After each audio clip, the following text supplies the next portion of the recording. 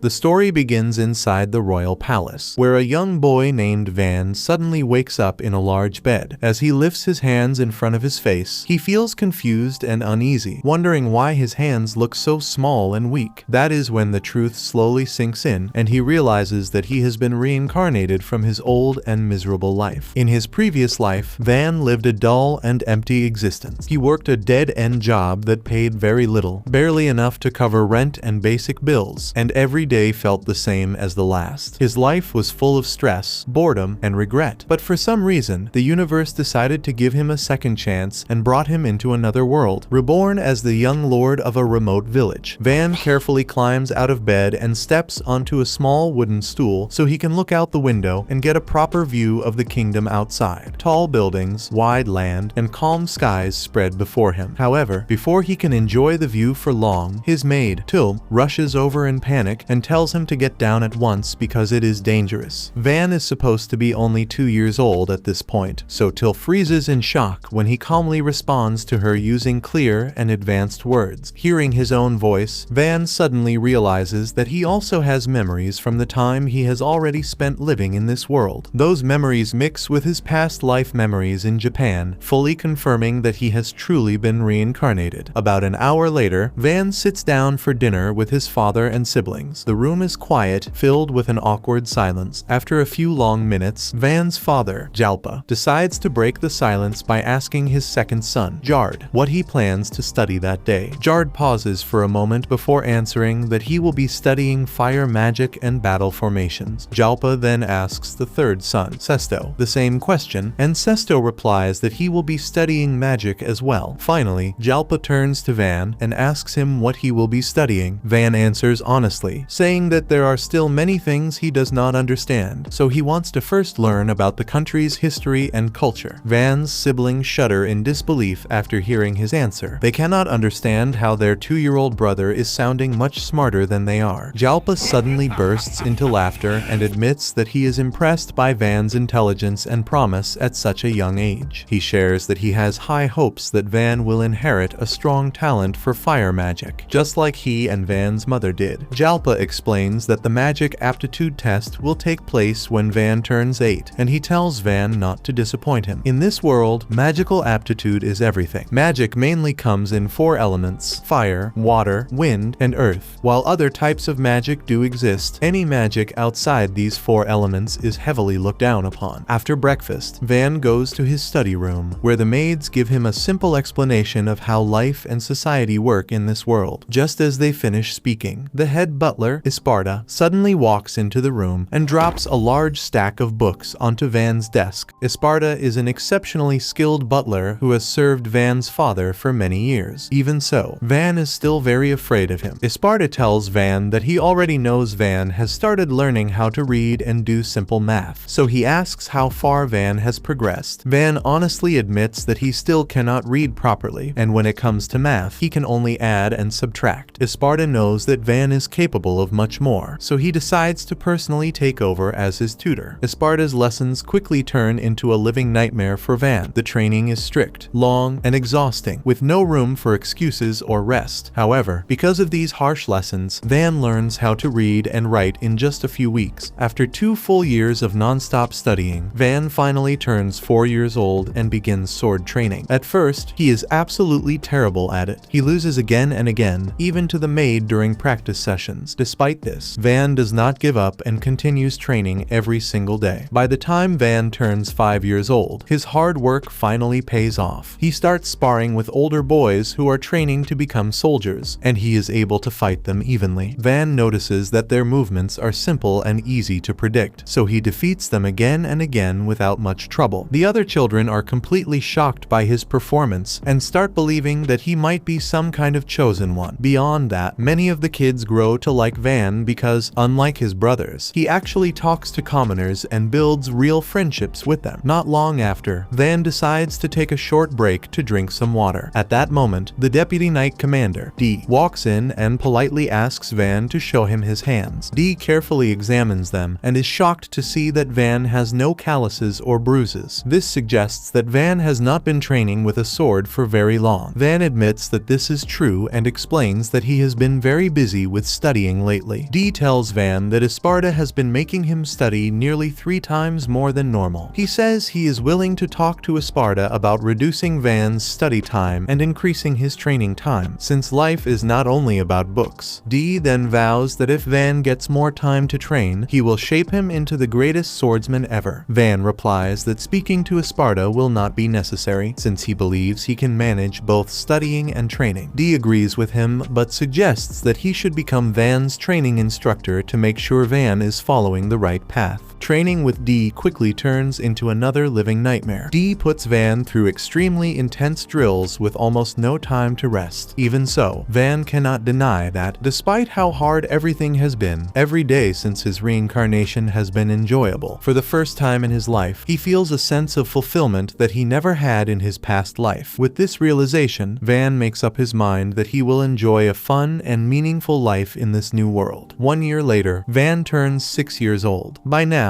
the endless routine of studying and training one after the other starts to feel dull and exhausting. He realizes that if things continue this way, he will never live the fun life he promised himself. From that moment on, Van decides that he will start acting like a normal child and spend time having fun. One day, he tells the maid that he wants to go out and play, so she takes him to the market. Van is amazed by the many different people, sounds, and items being sold all around him. While walking through the market, Van becomes distracted by a massive building known as the Merry Chamber of Commerce. As he stares at it in awe, a disturbing scene suddenly unfolds nearby. A child in shackles and chains is dragged through the marketplace. Van immediately asks the man why the child is chained up. The man coldly replies that he is selling his son as a slave, saying that since the child belongs to him, he can do whatever he wants. The maid explains to Van that it is common for poor families to sell children they cannot afford to raise, as slaves make their lives easier. Van admits that it is cruel and painful to see, but also feels there is little he can do to change it. At that moment, a woman named Rosalie approaches and greets Van, saying it is an honor to serve him. Van asks her how much the man would receive for selling his child. Rosalie explains that the price depends on magical aptitude. After learning that the boy has a thieving aptitude, which is considered very low, she says the child would sell for no more than 3 silver coins. Upon hearing this, the man becomes furious and begins kicking his son repeatedly, yelling at him for being worthless. He then grabs the boy and says they are going to another shop. Suddenly, Van steps forward and stops the man, announcing that he will buy the boy for 5 silver coins. The man immediately agrees, takes the money, and leaves without looking back. Van then kneels in front of the boy and introduces himself. The boy introduces himself as Kamshin. Van tells Kamshin that he is free to go wherever he wants. Van never intended to truly own him. He only bought him so he could set him free. However, when Van learns that Kamshin has nowhere to go, he suggests that Kamshin come live with him. One of the guards speaks up and warns Van that the Marquis may not approve of him bringing a strange boy home. However, if the boy is registered as Van's slave, there should be no issue. Van asks Kamshin if that would be acceptable, and Kamshin agrees. From that moment on, Kamshin officially becomes Van's slave. Rosalie then informs them that before anything is final, they must first complete the slave contract. Both Van and Kamshin stretch their hands forward at the same time, following Rosalie's instructions. As the slave contract is formed, a glowing mark appears on the back of Kamshin's palm. This mark is the proof of the slave contract, and it will not disappear as long as the contract remains active. Once everything is finished, Van and Kamshin head into the Chamber of Commerce together so Kamshin can get a clean set of clothes and no longer look like a chained slave from the streets. A few days later, back at the palace, Van is finally about to enjoy a rare moment of peace as he reaches for a cookie. Just as he is about to take a bite, Kamshin walks into the room and informs him that Dee has arrived for training. Van immediately freezes. Without hesitation, he hands the cookie to Kamshin and tells him to go inform Dee that he is not around. Van knows very well that there is no way he can survive another brutal training session. Kamshin does as he is told and goes outside to tell Dee that Van is unavailable. Dee is clearly disappointed, but since he still wants to train someone, he decides to take Kamshin instead and begins training him in Van's place. 2 more years pass after that, and Van finally turns 8 years old. This means it is time for his magical aptitude to be officially tested. The upcoming test becomes the talk of the entire town. Nobles, servants, soldiers, and even merchants are all eager to see the results. Many people believe Van will show strong talent. talent, especially since his parents were gifted in fire magic. Even Van's father, Jalpa, is confident that Van will at least possess an aptitude for fire magic. However, on the day of the test, everyone is left completely stunned. To their shock, Van does not have an aptitude for fire, water, wind, or earth. Instead, he only has an aptitude for production magic, which is widely considered the worst and most useless type of magic in the world. The atmosphere turns cold instantly. Jalpa becomes furious upon realizing that his son has turned out to be a complete failure in his eyes. In a fit of rage, he draws his sword and prepares to kill Van on the spot. Van is frozen in fear, unable to move or speak, his mind completely blank. Just as his father is about to strike, the eldest son, Mersha, steps in front of Van and stops him. Mersha suggests an alternative solution instead. He proposes that Van should be put in charge of a remote village within their territory. Mersha explains that the village is far too isolated to grow properly, and since it was only recently acquired, many of the people living there are not loyal to their family. Placing one of their own as lord there would help secure the villagers' loyalty. Jalpa pauses and considers the idea. After a moment, he realizes that it is actually a reasonable solution. He sheathes his sword and declares that Van will become the lord of that land. Jalpa then turns away coldly and tells Van to pack his belongings and leave as soon as possible, saying that there is no place for someone useless in his home. With that, he walks away without looking back. After his father leaves, Mersha bows deeply and apologizes to Van for suggesting something so humiliating. Van tells him there is no need to apologize, because if it were not for Mersha stepping in, he would be dead. The next day, Van packs up his things and prepares to depart for the remote village. Surprisingly, he feels a sense of excitement. He believes there will not be much work there, and for once, he may finally be able to live the fun and relaxed life he has always wanted. Everything seems to be going smoothly until Dee and Esparta announce that they will be coming along to keep an eye on Van's training and studying. Van lets out a long sigh of frustration, already knowing that these two will make his life a living hell once again. To make matters worse, his favorite maid also decides to come along, saying she cannot bear to be separated from him. With all preparations complete, Van steps into the carriage and begins his journey toward a new life, hoping that this time he will finally be able to have some fun. After Van rides through the forest in his carriage for a while, he decides to pass the time by trying out some production magic. After focusing for a bit, he successfully manages to produce a tiny sword in his hand. Kamzin watches this happen but isn't really surprised by the result, because he already knows that Van has a natural aptitude for production magic and learns these things quickly. That aside, since Van has been banished from his home and stripped of his former status, he brings up something that has been bothering him for a while. He tells Kamzin that there's no longer any need for him to continue working as his slave. Van explains that if Kamzin doesn't like traveling with him or doesn't feel comfortable staying by his side anymore, he could simply release him from his slave contract and send him on his way to live freely. However, Kamzin immediately refuses the offer without hesitation. He firmly reminds Van that he has already dedicated his life to him and that this decision wasn't made lightly. Kamzin goes on to say that he would be more than willing to lay his life down if it meant ensuring Van's safety, no matter what situation they find themselves in. Hearing this, Van has no choice but to accept Kamzin's resolve, even though it makes him feel slightly uneasy. Suddenly, their carriage comes to an abrupt stop, jolting everyone inside. When Van looks outside to see what's going on, he notices that the village up ahead is currently under attack. The knights guarding Van quickly assume that the people attacking the village must be bandits, or perhaps some kind of washed-up mercenaries looking for easy loot. Dee carefully examines the enemy formation and counts their numbers, noticing that there are roughly 50 attackers in total. Based on this, he figures that if they were to combine their forces and charge in together, they would likely be able to take the attackers down without too much trouble. From a purely tactical standpoint, the numbers seemed manageable. However, one of the adventurers traveling with them, a man named Ortho, strongly disagrees with this approach. Ortho reminds Dee that their job was very clear from the beginning. They were only hired to protect and defend Van in the event that he himself was in danger. Since Van is currently unharmed and not being targeted directly, Ortho argues that there's no reason for them to risk their lives by engaging in a battle that isn't part of their contract. Dee grows visibly frustrated after hearing this, but despite that, he declares that he's going to fight anyway. He says he can't just stand by and watch while innocent villagers are slaughtered slaughtered right in front of him. Even if no one else joins him, he's prepared to charge in alone. Before leaving, he asks the adventurers to at least stay behind and focus on protecting Van in case the situation takes a turn for the worse. Before Dee can move out, Esparta suddenly speaks up and shuts the idea down. Esparta bluntly tells Dee that throwing his life away like that would be incredibly stupid, especially considering his importance. He explains that Dee dying here would severely cripple the future of the kingdom's military forces. As a well-known and highly respected elemental mage, Esparta instead proposes a more calculated plan. He suggests erecting a powerful defensive wall around their position to keep Van safe, while the adventurers provide long-range attacks from behind the barrier to thin out the enemy forces safely and efficiently. And once the enemy's attention is fully focused on them, Dee and the other knights would surprise the attackers by launching a sudden assault from the right flank. Esparta is fairly certain that this strategy would guarantee their victory if executed properly. However, Van quickly realizes what this plan truly implies. In order for the enemy to focus on a single point, Esparta himself would have to remain behind and deliberately act as bait. Esparta confirms Van's concern without hesitation, explaining that this is the only way the plan could possibly work. If he doesn't serve as the decoy, then Dee and his men would be forced into a direct confrontation and would most likely end up dying in vain. Hearing this, Van immediately understands the weight of those words. If things go wrong, it would mean Esparta sacrificing his life. Van realizes that losing both the kingdom's greatest strategist and its most powerful warrior would be an irreversible blow. Without them, there would be no way to properly develop or protect this land in the future. Because of that, Van steps forward and offers to act as the decoy himself instead. Till immediately shuts that idea down the moment she hears it, saying that she would rather be the decoy herself than allow Van to put his life on the line. Commson agrees with her completely and feels the same way, standing firmly by Van's side. Even so, Van calmly tells both of them that he cares about them deeply, and because of that, he absolutely cannot afford to put either of them in harm's way. Van then explains his own plan. He would ride out in the carriage and attack the enemy head-on, drawing their attention, while the rest of them would strike from long range and from both flanks at once. As he walks away, Van reminds everyone that he underwent intense sword training for years, so there's no way he would go down that easily. But deep down, he also admits to himself that if he were to die here, he would be fine with it, as long as it was for a noble cause. Ortho stares at Van in disbelief after hearing this. Van's words cause Ortho to flash back to the time he was still at the guild, when he first received the request to guard Van. Back then, he absolutely hated the idea of protecting a noble, because he believed all nobles were rotten to the core. Still, he accepted the request anyway, since he planned to keep operating in the Fertio March for the foreseeable future. But then, in that memory, Van appeared before him, bowed deeply, and sincerely expressed his gratitude for Ortho accepting the request to protect him. Van continued to praise Ortho, showering him with genuine compliments. At the time, Ortho found himself blushing, realizing for the first time that not all nobles were heartless or corrupt. Back in the present, Ortho steps forward and places himself in front of Van, declaring that there's absolutely no way they're going to let a kid like him risk his life like that. Dee and Esparta both step forward as well, openly agreeing with Ortho's stance. With that settled, Esparta decides to revise the strategy entirely and comes up with a new plan on the spot. First, Esparta would erect a powerful defensive wall. From behind it, the adventurers would unleash long-range attacks. Then Dee and his men would charge in from the left flank, while Ortho and his group would storm the enemy from the right flank at the same time. The plan begins immediately. Esparta quickly raises the defensive wall, and once it's in place, the adventurers begin firing arrows from behind it, wiping out the first wave of bandits almost instantly. The bandits are completely caught off guard, as the remaining attackers finally notice the wall and attempt to regroup and launch a counterattack. Dee and his men rush in, cutting down yet another wave with their swords. However, amid the chaos, the leader of the bandits suddenly breaks through and charges toward the other side of the wall. He's just about to strike Pluriel when Van steps in at the very last second. Van uses his sword skills and strikes the bandit directly in his Achilles heel, causing him to collapse to his knees in agony. Immediately after that, Commson leaps in and delivers the final blow, ending the threat once and for all. Shortly after that, the remaining bandits are all tied up, and the threat to the village is completely neutralized. With the danger gone and the quest officially eventually fulfilled, some of the adventurers decide to head back home so they can take on more quests elsewhere. However, Ortho is deeply impressed by Van's swordsmanship as well as his leadership skills during the battle. Because of that, Ortho becomes curious about Van and decides to stick around for a while longer, offering to help him out in any way he can. Ortho's party members share the same sentiment, so they also decide to stay behind and lend their support. After everything settles down, Van decides to formally address the village. He steps forward and introduces himself as their new lord to the village chief, a man named Rondo. Rondo expresses his deep gratitude toward Van for saving their village, and then goes on to explain that this isn't the first time something like this has happened. In fact, the village has been attacked multiple times just within this year alone. Rondo believes that their village is being targeted so frequently because back when they were still part of Ferdinando County, there were knights regularly patrolling the area, which kept them safe from bandits and other threats. Now that those patrols are gone, they no longer have anyone left to protect them. Van apologizes to Rondo and the villagers for their current situation and explains that this is most likely because the Marquis is unaware of the conditions in smaller, more remote villages like theirs. Van assures them that now that he has become the lord in charge of this land, he won't ignore their struggles. He then suggests that there are 3 concrete measures they can take in order to protect the village moving forward. The first option would be to produce something so valuable that the kingdom would be unable to afford ignoring them. The second option would be to earn enough money to hire mercenaries who could defend the village. And the third option would be to focus on developing and improving the village itself, strengthening it so it can stand on its own. But then, one of the young girls from the village speaks up and says that they have already thought about all of those solutions before. However, she adds that while those ideas sound good in theory, they are far easier to talk about than to actually put into practice. Van tries to encourage them and tells the villagers not to worry because he is here now as their new lord, and he fully intends to protect and develop their land. Unfortunately, the villagers don't seem very impressed by his words alone. Seeing this, Esparta and Dee step forward to reinforce Van's claim. They introduce themselves properly, stating that they are the chief commander and the head butler of the kingdom. They assure Rondo and the villagers that they truly have nothing to fear. Hearing this immediately boosts the villagers' morale, but they soon raise another concern. They ask what is going to be done about taxes, explaining that it has been extremely difficult for them to continue paying 30% of their harvest. Van responds by saying that, for the time being, the tax rate will be reduced to just 10%. He explains that securing a stable and livable environment for the villagers is far more important right now. The villagers are shocked to hear that the tax rate has been cut to less than half of what it used to be, and they express their gratitude toward Van. As for security, Esparta immediately erects a sturdy stone wall around the village to protect it from bandits and raiders. He then adds that having a moat would make their defenses even stronger. Dee and the other knights tell Van that they'll take care of that as well. Van turns back to the villagers and assures them that as long as they do their best to cooperate with him, he can almost guarantee that this village will be reborn into something far greater than it ever was before. Shortly after that, Van decides to test out his production magic. After concentrating for a while, he creates several wooden blocks. However, these are no ordinary wooden blocks. They are actually made of nanofibers, an incredibly strong material. The blocks are so durable that when Ortho tries smashing one with his sword, it doesn't even leave a scratch. Van then spends the rest of the day using his production magic to create weapons, all of which look incredibly high quality. Seeing this, Till starts to wonder whether he might run out of mana from using so much magic. Van reassures her he's fine. He recalls hearing that production magic usually consumes an enormous amount of mana, to the point where it's difficult for an ordinary person to create even a single item. After that, he decides to gift a sword to Kamzan, and Kamzan is so happy about it that he promises to treasure it forever. Later that night, Van sits by a campfire and realizes that his body feels extremely sore after spending so much time camping outdoors. He looks over at Till and Kamzan and knows that even though they're acting like they're fine, they're probably exhausted as well. Because of that, Van decides it's time to build a proper house. The next day, Van and his group begin arranging the nano blocks to construct a house. When Rondo sees this, he comments that it would be the perfect location for the Lord's mansion, which makes Van genuinely happy. Van then starts using his production magic to analyze whether it's possible to build a house large enough. He carefully examines every block and every every square inch of space, and once he finally gets the hang of it, he activates his magic. Everyone watches in stunned silence as Van creates an entire mansion in the blink of an eye. While the others are completely shocked by the sight, Van can't help but think to himself that it might have ended up being a little bigger than he originally intended. The villagers cheer in amazement at how Van was able to build such a beautiful mansion in only a few seconds. At that moment, Van realizes that his production magic is far better suited for ruling and managing a village than elemental magic, and he finds this idea very interesting. On top of that, he feels that people would be more comfortable living under a lord who focuses on production magic rather than strong offensive magic. Kamzan then runs over to him and says he would rather live in Van's village than in Lord Jalpa's terrible kingdom. But Van does not take it too seriously because he knows Kamzan is clearly biased toward him anyway. Esparta walks up to Van and explains that what the people of this village truly need is a lord who can improve their daily lives, and because of that, Esparta believes Van is the best possible choice for them. Dee and Ortho agree, since they are still shocked that he was able to create a house out of nothing at all. Van tells them not to worry because he can build houses for everyone as long as they can bring him enough lumber. As soon as they hear this, the adventurers and the knights become very motivated and decide to turn it into a competition. After that, Rondo and the other villagers complain to Van and ask him to make houses for them as well. Van looks at their homes and sees that they are in very bad condition, so even though he knows he will be extremely tired, he still chooses to help and promises to make new homes for every single villager. When they hear this, the villagers begin to celebrate, realizing that they are all about to receive brand new homes. Van feels happy about it, because the production magic that everyone once looked down on is now helping him bring smiles to people's faces. Van immediately starts working and uses his magic to fix and rebuild every house until they all look good as new. Van explains that he made all the homes the same to avoid unfair differences, and that this will be enough for now, but in the future he will be able to build homes that fit everyone's personal needs. The villagers are simply happy to finally see real change coming to their poor village. They were extremely grateful to Van as well, and seeing their gratitude made him feel truly happy inside. Putting that aside for the moment, Van decided to build a simple public bath next to his manor, and the citizens were very excited and pleased when they saw it being completed. Van had originally created the bath for his own personal use, but he felt glad knowing that the villagers liked it so much and could enjoy it too. Even though Van did not build the bath completely by himself, he received help from both Kamzan and Pluriel while working on it. Later that night, Van finally gets some quiet time alone in the bath together with Kamzan. After Kamzan steps out of the bath, Van notices that Kamzan has gained some muscle, which makes Van feel a bit jealous and wish that he also had muscles like that. Kamzan realizes that he really has gained some muscle, but he admits that he is still quite skinny when compared to Dee. At that moment, Dee and his friends suddenly appear without any clothes and suggest that everyone should take a bath together, claiming that men bond better while naked. Van immediately understands that this is his cue to get out of the bath, but Dee grabs him and pulls him back in, insisting that he stay. After a few long and awkward hours of that strange situation, Van finally goes to his bedroom and lies down on his soft and fluffy bed, feeling calm, relaxed, and satisfied with how everything has been going lately. The next day, Van feels happy when he sees that the knights and the adventurers worked very hard to dig a deep trench, but there is still no water in it to turn it into a proper moat. Because of this problem, Van realizes that they need to find or create a water source as quickly as possible. With that in mind, Van comes up with a new plan where Esparta will use his magic to divert water from the river by creating a large trench, while Dee and the others continue extending it by digging manually. Van plans to use his production magic to strengthen and reinforce the trench once it is completed, but as he watches them work, he slowly starts to feel more and more annoyed when he notices that Dee seems to be enjoying the digging far more than he should. Even so, Van is still glad to see everyone working together toward a shared goal. Van reminds himself that he just needs to finish this task so he can finally live the laid-back and peaceful life he has always wanted. Van estimates that the digging should take about a week, but by the time the sun sets, he is shocked at how fast Dee and the others worked, as they have already dug so far that he can can clearly see the next village in the distance. Van suggests that they stop working for the day, especially since Kamzan and the others look barely alive from exhaustion after all that digging. What surprises him the most is that Dee and Esparta still seem to have enough stamina to continue working without rest. By the next day, the canal meant to store and guide the water is fully completed, and when the gate is finally opened, everyone watches in amazement as the water flows smoothly and steadily through the channel. Not long after that, the entire village is successfully surrounded by a moat filled with water. But after seeing this result, Van decides it would be smarter to create a lake behind the village in case heavy rain causes the water level to rise and overflow. Esparta agrees with this idea and points out that the lake would also be very useful during times of drought, making it an important addition for the village's future. Shortly after, the lake is completed and the citizens begin to celebrate at the sight of it because they know that this means they will no longer have to worry about getting water ever again. Van feels happy too, and with this achievement, he becomes certain that life in the village will now be much easier and more comfortable for everyone. Meanwhile, deep in the forest, a woman named Panamera is seen traveling toward a remote village together with a noble's daughter named Art. Just by observing them, it is clear that the two share a strong bond, and Art seems to trust Panamera completely, seeing her as someone reliable and dependable. Back in the village, Van continues working tirelessly and has just used his production magic to erect a giant rampart, which everyone finds to be extremely impressive. Even so, Van feels that the rampart can be made much better and safer, so he adds long-range ballistic shooters with protective armor in front, so that if any intruders were to attack, they would be able to defend the village while remaining protected from enemy attacks. While Van considers all of this to be fairly basic, everyone else is left in total shock by it. The villagers now begin to realize that their once run-down, small village is no longer just a village. It has transformed into a small fortress, capable of defending itself from danger. Dee considers all of this and reflects that if Lord Jalpa had realized Van was capable of such incredible power, he would never have banished him in the first place, and might even have made Van an advisor or the head of the house. However, Esparta feels that Lord Jalpa would have banished Van anyway because his abilities are not suited for offense and conquering lands. Dee strongly disagrees, arguing that war is not only about offense, but should also include strong defenses, and that Van's power could make him the most powerful member of the royal family. They continue to argue about this for quite some time until Van interrupts them and tells them that debating over it will do no good, and that all they need to do now is fight as hard as they can using what they already have. Everyone agrees with him and focuses on the task at hand. A few hours later, Till prepares a delicious lunch for Van, and as expected, Van finds it to be extremely tasty. During the meal, Esparta brings up the concern that they need to find a way to generate income for the village. Van considers it for a moment and figures that he can manage any leftover homes and furniture, and the crops the farmers are planting should be more than enough, so there may not even be a need for a stronger source of income. However, Van quickly realizes that one downside of this plan is that he will not have the ingredients needed for the baked desserts he loves so much. Because of this, he advises that they start brainstorming ideas for what the village can produce or sell as soon as possible. After tossing several ideas around, Van does not find any of them promising, and he realizes that finding something unique and valuable from this village will not be easy. The next day, Van suggests that Till and Kamzan test out the new weapons he obtained for them. When Kamzan attempts to test his sword against a shield made from orc material, the sword slices the shield completely in half. Even though Kamzan barely put any effort into the strike, Zara immediately breaks into tears because he had just built the shield and never expected it to break, especially since it was made from one of the toughest materials in the kingdom. Fortunately, Van quickly uses his magic to repair the shield, restoring it completely, and Zara becomes happy and relieved once again. Just then, Ortho rolls in with a wagon full of ores and tells Van about the many monsters he found in the forest, which is how he was able to collect all of these ores. Van asks if he can test out some of the iron ore, and Ortho agrees without any problem. Van then uses the iron ore to craft some iron, and Zara is immediately impressed by the result. Excited, Zara asks Van to help him by making a sword as well. Van agrees because he feels a little guilty about having broken Zara's shield the first time. He concentrates carefully, thinking about the shape, balance, and density of the sword he wants to make. Using his skill, Van creates the best best-looking iron sword he can, and Zara absolutely loves it. Encouraged by this, Van goes on to make an even longer sword, and the other adventurers also want some for themselves. Van tells them to go gather minerals, and he promises to make swords for all of them. Pluriel examines the sword Van made and realizes that the quality is so high that it could probably sell for a very high price. Meanwhile, Esparta notices that one of the ores they mined is mithril, which surprises him because it is very unusual for mithril to be found in the forest. This leads him to believe that there must be a nearby dungeon that has not yet been discovered. Considering that the area has not been surveyed in a long time, they all agree that it is very likely. Van smiles at this idea because he knows that discovering a new dungeon would make the village more famous and important. Normally, when the Adventurer Guild learns about a new dungeon, they open a branch in the nearest town and send a group of elite adventurers known as the Chivalric Order. The problem, however, is that their village does not yet have the resources or infrastructure to support such a branch, so that plan cannot work. Alerting the kingdom is also not an option because, since Van was the black sheep and banished, if they discover that the land he was sent to is valuable, they might send him somewhere else. Nobody wants that to happen. Pluriel then suggests that Van should first grow the village and build all the necessary facilities and amenities before the dungeon is discovered, which would make it much harder for the House of Ferdio to interfere. Everyone agrees with this plan, and Van thanks them for coming to an agreement. Shortly after, Van and Till are taking a casual stroll when suddenly a group of armored lizards heads straight toward the village. In response, Van orders everyone to get inside the rampart, and he raises the gates to protect the villagers. Seeing the fear in everyone's eyes, Van reassures them not to worry, telling them that he will fight for all of them. However, he knows he cannot win this battle using strength alone, so he asks the villagers to lend him their strength as well, so that together they can defend and protect the village from the approaching threat. The people of the village are not willing to just stand back and let Van fight their battles alone, so they speak up and suggest that they should all fight together as one group. They believe that working together will give them a better chance to survive. Van feels very grateful for their support and their courage, and he thanks them for being willing to help. He then tells everyone to move quickly and get to the ramparts so they can prepare for the coming attack. Everyone becomes busy right away and follows Van's orders without wasting time. At the same time, since Orthos' party is not around because they went out earlier to go hunting, so they are not there to help at this moment. Van prepares himself and gets ready to head up to the rampart so he can take his position and help lead the defense. However, Till stops him at the very last second because she is deeply worried about his safety and does not want him to put himself in danger. She shows clear concern for him and tries to hold him back. Seeing this, Dee steps in to take Van's place for now. Dee tells Van that he will go up to the rampart instead and give a report on what he sees. Dee then heads up to the rampart to check the situation with his own eyes. After taking a careful look from the rampart, Dee gives his report to everyone. He says that there are about 40 armored lizards heading straight toward the village. This number is far higher than what Van expected, so Van is very surprised and clearly worried by this news. Dee also understands how serious this situation is because he knows from experience that even a group of skilled and experienced veterans would struggle to take down even a single armored lizard. Knowing this makes the situation feel even more dangerous and hopeless, even though the odds are heavily against them. Dee still refuses to give up. He tells himself and the others that giving up is not an option. He orders everyone to prepare the ballistae and get ready to fire as soon as possible. Dee tells them that he has never lost a single battle before in his life, and he is not about to let this battle become the first one he ever loses. His words help raise everyone's fighting spirit and give them the courage to keep going. They fire several ballista bolts toward the enemy, and they are able to shoot down 10 of the armored lizards. Dee is extremely shocked when he sees this happen. He quickly realizes that this clearly shows how powerful the ballista bolts made by Van truly are. He did not expect them to be this strong, and the results surprise everyone watching. Shortly after that, they reload the ballistae and fire again. They manage to take down the next wave of armored lizards, which makes everyone feel happy and hopeful. However, that feeling does not last long. They soon realize that they have run out of iron bullets, and some of the armored lizards are still alive and still moving closer to the village. At that moment, no one knows what to do next, and fear begins to spread among them. Dee can clearly tell that if they do not act right now, their entire village will be destroyed. destroyed. Because of this, he starts thinking about jumping into the battle himself and fighting directly to protect the village. Just when D is thinking about doing this, Van calls out to him and tells him to use the wooden bullets instead. The others are confused when they hear this idea. They believe that wooden bullets will not do much damage because the armored lizards have skin that is as hard and strong as steel. To them, using wood sounds like a bad idea and a waste of time. However, D knows better than to doubt Van's judgment. He trusts Van's thinking and believes there must be a reason for this plan. Because of this trust, D orders the knights to load the ballistae with wooden bullets. To everyone's complete surprise, the wooden bullets strike the armored lizards directly through the head. The shots are powerful enough to pierce through and defeat them, and they wipe out the remaining armored lizards at last. D is honestly amazed to see this happen with his own eyes. He cannot believe that wooden bullets were able to finish them off so effectively. After D announces to everyone that they have won and that the enemy has been defeated, the entire village begins to celebrate their success together, feeling relieved. The fact that they managed to pull all of this off by using as little bullets as possible and doing it all without suffering a single casualty almost feels anticlimactic to D. Because of this, D starts to believe even more strongly that Van is going to be a very big deal around here. To D, it becomes clear that Van is not just an ordinary lord, but someone who will greatly change the future of the village. Later that day, everyone begins taking the skin and meat off the armored lizards. The villagers work together to properly cut, clean, and prepare everything they can from the monsters. After Van sees how much meat they managed to get from the armored lizards, he suggests that they should have a big feast that night to celebrate their victory from earlier that day. He believes that everyone deserves to relax, eat well, and enjoy themselves after such a dangerous battle. During the feast, everything goes very well, and the villagers are extremely happy. They are thankful and glad that they have gotten a lord like Van posted to their village. Many of them feel that they truly could not have wished for anyone better to protect and lead them. The mood is cheerful, and the people feel safer and more hopeful about the future because of Van's actions and leadership. Later on, while sitting around a campfire, Ortho talks to Van about the value of the armored lizards. Ortho explains that if they were to sell the armored lizards to a merchant, they would normally be able to get about 20 gold for just one armored lizard. However, in this case, most of the meat would spoil before it could be sold properly. When transport fees and other costs are also subtracted, Ortho says they would really be looking at only about 8 gold per piece in the end. Van then does the math in his head based on how much meat they have collected. He realizes that after selling everything, they should be looking at around 300 gold in total. In his former life in Japan, that amount of money would have been equal to about 300 million yen, which makes him think that he is going to be incredibly rich. The thought of having that much money surprises and excites him for a moment. However, Esparta quickly informs Van that whenever a village makes more than 100 gold, they are required to pay 50% of it as taxes to the marquis. Hearing this news, Van becomes upset because he realizes that he is going to lose half of the money. But what worries him even more than losing gold is the attention this could bring. If they sell this much meat, the village will be noticed very easily by higher authorities. Van begins to worry that when his father learns that their village is holding on to so much wealth and success, his father may exile him away to another village. If that happens, Van believes he will never be able to live the calm and peaceful life that he has always wanted for himself. The idea of being forced to move and lose his quiet life troubles him deeply. However, Esparta points out that there is one possible way they could keep this whole situation a secret. She explains that they could give his elder brother, Mercia, the glory for defeating the armored lizards. By doing this, the credit would go to Mercia instead, and their village would not draw as much attention. This would help protect Van and the village from unwanted notice. Van thinks about this plan and realizes that it is actually a very good idea. He agrees that giving the credit to Mercia makes sense, especially since Mercia has not yet added any major achievement to his name. The next day, 2 merchants arrived at the village. They had been told that this was just a small, remote village, but when they saw it, they were shocked. The village was much more developed than they had expected. On arrival, the merchants introduced themselves as Bell and Rango, representing a popular trading company. After that, Van invited them into the village to take a closer look. The merchants were surprised to see the large number of armored lizard skins the village had collected. They had not expected such a small village to be able to defeat so many armored lizards. In fact, the sight of it made them a little scared of the village's power. power. Bell quickly agreed to buy all of the skins and said that he would send some men to carry everything back with him. Van was delighted to hear this, since the meat would not stay fresh for long. He even told them that they could take some of it for free if needed. In return, Van told the merchants about the high-quality weapons he had been producing in the village. He asked if they would be interested in buying some. Bell and Rango examined the weapons carefully and were very surprised by their quality. Impressed, they agreed to buy all of the weapons that Van had made. After that, Van asked if they could help promote his weapons to increase sales. Bell and Rango hesitated for a moment. Their hesitation made Van realize that they had originally been planning to create a monopoly on the weapons. However, he now considered them naive because he had already seen this coming. Van calmly told them that it would be best to find a way to make more profit first, before promotion caused sales to skyrocket too quickly. He suggested that they set up a shop directly in his village. Bell and Rango were surprised that Van would allow them to do that, and they were very thankful for his generosity. Shortly after, Van used less than 5 minutes to build a shop for them. Both merchants were even more shocked to see how quickly he had constructed it. Meanwhile, Art and Panamera were seen outside the village gates, eager to find out whether the rumors about the village lord being a prodigy were true. Later that day, Esparta talks to Van about the village's growth. She suggested that, with the way things were developing, he should start planning for the village to eventually have about 10,000 people. Van honestly thought that number sounded excessive. However, Esparta explained that, with the way the village was growing, it seemed about right. He noted that they would need many people to guard the village, protect its facilities, and maintain order overall. Van trusted Esparta's judgment. If he was suggesting such a plan, it had to be a good idea. Van then thought about redesigning the town into a star shape. He realized that this layout would make it much easier to protect the village if it ever came under attack. Just as he was considering this, one of the knights burst into the room and announced that emissaries from a neighboring county, Ferdinando, had arrived. Shortly afterward, Art and Panamera entered Van's office. Panamera introduces herself first, explaining that she is a viscountess who had risen from the rank of knight. Art introduces herself as the youngest daughter of the house of Ferdinando. She explains that she has come to the village to pay her respects, following her father's instructions. Shortly afterward, everyone sits down to talk. Van speaks bluntly, saying that he thinks they should come to observe the village, assess the state of their enemy, and learn from what has been achieved here. Panamera bursts out laughing, amazed that someone as young as 8 years old, like Van, is already able to think so strategically. Since Van has been entrusted with this land, Ferdinando County is worried that he might lead his father's ambitions in the future, which is why they are cautious around him. However, Van reassures them not to worry about that. He explains that he was merely exiled to this village because he was unable to use elemental magic, and nothing more. Panamera immediately calls this out as a lie. She has seen how much the village has developed and estimates that around 5,000 people must have been involved in its construction. Van remains quiet for a moment, letting her speak, and then suddenly bursts into laughter. He says that rather than explaining how the village developed so quickly, he would prefer to simply show them. They all move out into the open, and Van demonstrates his magic. He uses production magic to create blocks and structures with incredible speed and precision. Neither Panamera nor Art can believe what they are seeing. When Van explains that he has a special aptitude for production magic, Art immediately has a flashback to her own childhood. Van goes on to tell them that his father drove him out of the kingdom after discovering that he had production magic. Panamera thinks that was an incredibly foolish move, as the king could have used Van's talent to expand the kingdom. By now, Panamera is already mostly convinced of Van's abilities. She admits that the main reason she came here was to offer Art's hand in marriage to him. This would ensure that the village and Ferdinando County avoid any conflicts in the future. Van, however, says there is no need for marriage. As long as Ferdinando does not take any extreme actions, there will be no reason for conflict. Panamera admits that she had initially been against the idea because she assumed Van would be like all the other arrogant nobles, but after seeing what kind of person he truly is, she now supports the idea of him marrying Art. She even admits that if it were not for the age difference, she might have considered marrying Van herself. She turns to Art and asks what she thinks about marrying Van. Art replies that she is not sure yet and needs more time to think about it. Panamera reassures her not to worry, explaining that they will be spending the night in the village, which will give Art a full day to consider it. Van agrees to let them stay and, in less than 5 minutes, uses his magic to create a high-quality inn for them. Later that night, they have dinner together. Art spends most of the meal talking with Van and observing his character. She notices how honest, kind, and responsible he is, and slowly begins to feel herself falling for him, as well as for the people of the village. After dinner, Van walks his 2 guests to their rooms. When they reach the doors, Panamera simply tells him good night and goes inside, while Art thanks Van for everything he has done that day. She awkwardly wishes him good night as well. A little while later, Van realizes something important. Since Art was sent to him as a marriage offering, it is likely that she was also cast out of her village for not being an elemental mage. Understanding this, Van sees that she and he are not so different. From that point on, he decides to prioritize Art's wishes and comfort in every decision he makes. That night, before going to bed, Art hugs her pillow and thinks about tomorrow. She plans to try to initiate some conversation with Van. For the first time in a long while, she finds herself genuinely looking forward to waking up and seeing what the new day will bring. The next day, Van is woken up by Till and Kamzan. They tell him to come over to the lake right now because they just saw something strange. Van feels a little reluctant to get out of bed, especially since it is really early in the morning. But after they both insist for a while, he finally gets up and follows them. When he reaches the lake, he sees a group of the villagers gathered around it. Van moves to the front and is surprised to see what looks like a mermaid floating in the water, with her head sticking out above the surface. Esparta explains that this creature is called an akpalu. They are a rare species that people hardly ever meet, so Van can't help but wonder what brought this one to their village. Van tries speaking to her, but she ignores him and continues staring. He decides that offering food might show friendship, so he gives her a plate of meat. When he sets it toward the water, she immediately swims over and asks if she can have it. Van says yes, and she takes a piece and eats it. She quickly notices that this is not normal meat from regular animals, but armored lizard meat. She asks where it came from and who defeated it. Everyone knows Van would be too modest to admit he was the one who defeated it, so they all speak up and say it was by Van's power. The Akpalu hears this and immediately dives back into the water, heading back to where she came from. Esparta sees this and recalls that Akpalas are rarely seen, so they probably won't be around for a while. But Esparta is wrong. The next day, an entire village of Akpalas arrives at their lake. Van is especially surprised because he wonders if they came back because they heard he defeated the armored lizards, so it makes him think they were considered powerful gods or something. However, Esparta immediately says that this is not true because he has never heard of anything like that before. One big, intimidating Akpalu says he wants to speak with Van. He asks Van if he really was the one who defeated the armored lizards. When Van confirms it, every Akpalu in the water gasps in shock because they cannot believe a boy as young as him could defeat the armored lizards. The man then introduces himself as Latavesta, the ruler of the Akpalas. He also mentions that the girl Van met yesterday is his daughter, Priora, and he is giving her to Van for marriage. Van is immediately shocked and surprised to hear this, especially because Priora is still a child and probably doesn't even know what marriage means. Van asks Latavesta if there is a specific reason why he is offering his daughter's hand in marriage. Latavesta nods and says that there is indeed a reason. He explains that for many years, their village has been attacked and threatened by armored lizards. These creatures have caused fear and trouble for the people, making life dangerous. So when he heard that there was a lord in this village who was strong and capable enough to defeat them, he thought that offering his daughter as a bride would help protect his people and make an alliance with someone powerful. Van listens carefully and slowly realizes that Latavesta is not offering his daughter out of personal reasons or family wishes, but purely as a way to form an alliance and keep his village safe. With this understanding, Van tells Latavesta that there is no need for the marriage. He promises that he will do his best to protect the Akpalas from any danger that comes their way, without requiring Priora to marry him. Latavesta looks surprised. He did not expect Van to respond so calmly and kindly. Still, he says that if Van insists, their village is willing to move into the settlement to be closer to protection and safety. Van has no problem with this arrangement, so he immediately begins building a large resting area for them, a place where they can relax, gather, and feel comfortable. When Latavesta sees the resting area, he is amazed. He cannot believe that Van could construct such a large and well-planned space in such a short amount of time. The Akpalas move into the new resting area, and they quickly start enjoying themselves. But just as things things are settling. Esparta comes to Van to remind him that it is almost time to take care of the village sewage. Van smiles and tells Esparta not to worry. He already planned a system. Pipes run under every house in the village, so all they need to do is release water from the lake, which will flush all the waste through the pipes and keep the village clean. Latavesta watches this carefully and finds it fascinating. He is impressed by Van's clever thinking and offers to help with the process. Van tells him it is not necessary, especially since the Akpolis just arrived and should not be burdened. However, Latavesta insists, explaining that they are skilled with water and can handle the task well. Van finally agrees, allowing some of the Akpolis to take care of opening the dam, releasing water to flush the waste. After the work is done, Van thanks everyone sincerely for their help. Latavesta observes that this flushing process is something that needs to be done several times every day. He suggests that they take on this task regularly as their way of contributing and helping to maintain the village while living there. Van thinks this is an excellent idea and a huge help, so he thanks Latavesta once again for the thoughtful suggestion. Just then, Art and Panamera arrive. They are completely shocked when they see Latavesta because they have never seen an Akpolu in real life before. Right before Latavesta leaves, he refers to Van as his son-in-law. This makes Art a little jealous because it sounds like Van has already married an Akpolu. Van quickly denies this, trying to explain, but before he can say more, Priora suddenly jumps out of the water and calls Van her husband before swimming away. This only makes the situation even more awkward. To clear things up, Van takes Art out on a quiet lake cruise. He explains everything to her, reassuring her that nothing has happened between him and Priora. After talking for a while, Art finally understands that it was just a huge misunderstanding. They spend the next few minutes talking and enjoying each other's company. But just then, Priora and a group of her friends swim over to their boat. Priora sees Van alone with Art and feels a little jealous. Van quickly reminds her that they are not married in the first place, which makes Priora upset. She submerges herself in the water, clearly showing her frustration. The other Akpalis notice that Van made their princess unhappy, so they start rocking the boat back and forth. Both Van and Priora are scared as the boat tips from side to side. Later, Latavesta puts on a serious expression after hearing that Van was flirting with Art. Even though Priora is around, Van tries to explain that he and Priora are not engaged, but Latavesta interrupts him. He suggests holding a competition to settle the matter. He says that if the Akpalis win, Van will officially become engaged to Priora. Van thinks this idea is completely ridiculous. Suddenly, Dee appears and immediately accepts the challenge, telling everyone to bring it on. The rest of the group, eager to defeat the Akpalis, fully supports the idea. Eventually, they convince Van to go along with it. Van is given the choice of deciding the first contest. He suggests a simple game of volleyball. No one there has ever seen or heard of this game before, so they think it is another one of Van's clever ideas. But Dee and Panamera are more excited about the swimsuits than the game itself. The first round is set. Till and Panamera will play against Latavesta and Priora. The game begins, and Van is quickly surprised at how good the Akpolis are. They are far better than he expected, winning round after round and easily dominating the human team. Till feels frustrated and thinks about giving up, but Panamera gives him a few words of encouragement. With renewed focus, Till and Panamera manage to score a few points, bringing the game close to match point. Despite their efforts and teamwork, their motivation is not enough to beat the Akpolis. In the end, Latavesta and Priora win the first round decisively. Since Van chose the last challenge, Latavesta reminds him that it is now his turn to pick the next one. Latavesta wants it to be a swimming relay race. The moment Van hears this, he realizes it is extremely unfair. The Akpalis are naturally excellent swimmers, and he knows they will have a huge advantage. Suddenly, Van feels the pressure. If he loses this competition, he could be forced to marry Priora. Dee steps forward and volunteers to be one of Van's swimmers. Kamzan volunteers as well, so now Van has both of his best candidates ready. The race begins, and Kamzan gives his all to keep up with Priora. She is very fast, but Kamzan pushes hard and even manages to get ahead of her for a short time before handing off to Dee. Dee takes over and immediately dominates the race. His powerful butterfly strokes carry him far ahead, leaving the Akpolis struggling to catch up. Van watches in surprise as Dee swims flawlessly and wins the race. Latavesta cannot believe it. He wonders how his team could have lost, especially since they are part fish and naturally strong swimmers. However, Latavesta is not ready to give up hope. There is still one more contest to decide the outcome. come. It is now Van's turn to choose the next challenge. He accepts his earlier win and thinks carefully. Then, he quickly creates an ice maker and announces that the next event will be a shaved ice speed eating challenge. Art notices that she hasn't participated in anything so far and volunteers immediately. Van also volunteers to join the contest. They all head to the resting area to begin the challenge. At first, everyone takes a few spoonsful of ice and suffers from brain freezes, but they push through the discomfort. Van is determined to avoid having to marry Priora, and Art is determined to win for Van, so they use that as motivation to keep going. Together, they manage to finish the contest first, winning the challenge completely. Latavesta, showing good sportsmanship, offers Van a handshake before swimming away, but he still calls Van his son-in-law and reminds him to take care of Priora. Van sighs, frustrated that even after winning, Latavesta speaks as if the marriage is still inevitable. Meanwhile, everyone congratulates Van for his performance, surrounding him with smiles and praise. Art watches Van surrounded by happy faces and feels inspired. She has never experienced anything like this before. As a child, her parents always neglected her because they thought she was a failure. She was timid and never excelled at anything. That changed when she learned marionette magic, which allowed her to move her dolls freely. For the first time, she hoped her mother would be proud of her. Instead, her mother slapped her, saying that marionette magic was evil and forbidden among the nobles. After that, Art became an outcast. When she turned 10, she was arranged to be engaged to Van. She expected him to be like the rude nobles she had known, but Van was different. He was kind and patient, and he had an unusual talent for production magic, considered useless by noble standards. Despite that, he was confident and used his magic to help the village. Seeing Van's example, Art decides she wants to be like him. She tells herself that if she tries harder, she can see the world as Van does. The next morning, Van holds a meeting with all the villagers. He announces that they need to construct additional ramparts for the village's future development. He also explains that since tomorrow is their day off, they'll be having a big barbecue tonight. This excites all the villagers, and they get to work with renewed enthusiasm. In that same instant, Art approaches Van and asks if she can watch him work. Van agrees, allowing her to learn from him. While this is happening, deep in the forest, Ortho and the other adventurers are being chased by something powerful and dangerous, signaling that another challenge is approaching. That was episode 5. Subscribe to not miss the next part and watch the next video on screen.